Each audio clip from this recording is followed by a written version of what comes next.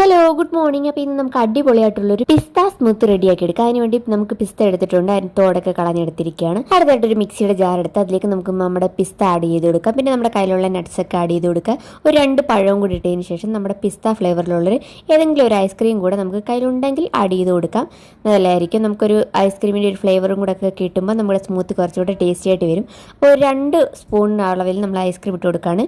ഒരുപാടൊന്നും വേണ്ട കേട്ടോ. നമുക്കിനി പിസ്തയുടെ ഇല്ലെങ്കിൽ നമുക്ക് വാനില ഏതാ കയ്യിലുള്ള എന്ന് വെച്ചാൽ ഇട്ട് കൊടുക്കാം. പിസ്ത ആയിരിക്കുമ്പോൾ ഒന്നുകൂടെ ഫ്ലേവർ വരും. അപ്പോൾ നമ്മൾ അതിനെ നന്നായിട്ട് നരച്ചെടുത്തതിന് ശേഷം 1 ടേബിൾ സ്പൂൺ പഞ്ചസാര ഇട്ട് 1 കവർ പാലും കൂടി ഇട്ട് നന്നായിട്ട് അടിച്ചെടുക്കുകയാണ്. ഒരു ഗ്ലാസ് വെക്കുക. കുറച്ച് സബ്ജാ സീഡ് കയ്യിലുണ്ടെങ്കിൽ നമ്മൾ അതൊന്ന് കുതിർത്തെടുക്കുകയാണ് കേട്ടോ. നമ്മുടെ ഷുഗർ ലെവലൊക്കെ റെഡ്യൂസ് ചെയ്യാൻ വേണ്ടിയിട്ട് ഹെൽപ്പ് ചെയ്യും. 2 ടേബിൾ സ്പൂൺ സബ്ജാ സീഡ് കൂടി ഇട്ട് കൊടുത്തിട്ട് നമ്മൾ അടിച്ച് വെച്ചിരിക്കുന്ന സ്മൂത്തി അതിലേക്ക് തന്നെ ഒഴിച്ചു കൊടുക്കുകയാണ്.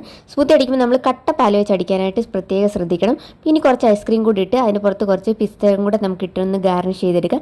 അപ്പോൾ നമ്മുടെ പിസ്ത സ്മൂത്തി ഇവിടെ റെഡി ആയിട്ടിരിക്കുകയാണ്. അപ്പോൾ എല്ലാവരും ട്രൈ ചെയ്ത് നോക്കുക. ചാനൽ ഇഷ്ടപ്പെട്ടവരൊക്കെ ലൈക്ക് ചെയ്യുക, ഷെയർ ചെയ്യുക, സബ്സ്ക്രൈബ് ചെയ്യുക.